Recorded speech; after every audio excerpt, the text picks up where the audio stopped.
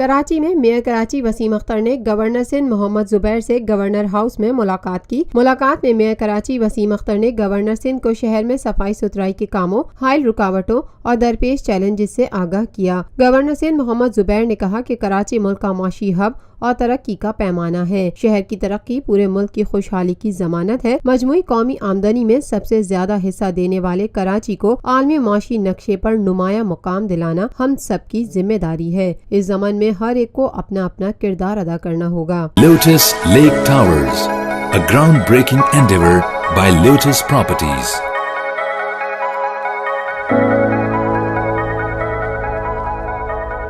ملکی، بین الاقوامی، سماجی، سیاسی، تجارتی، ثقافتی، تفریحی، معلوماتی اور کھیلوں سے جڑی ہر چھوٹی بڑی خبر کا مرکز TNN TV۔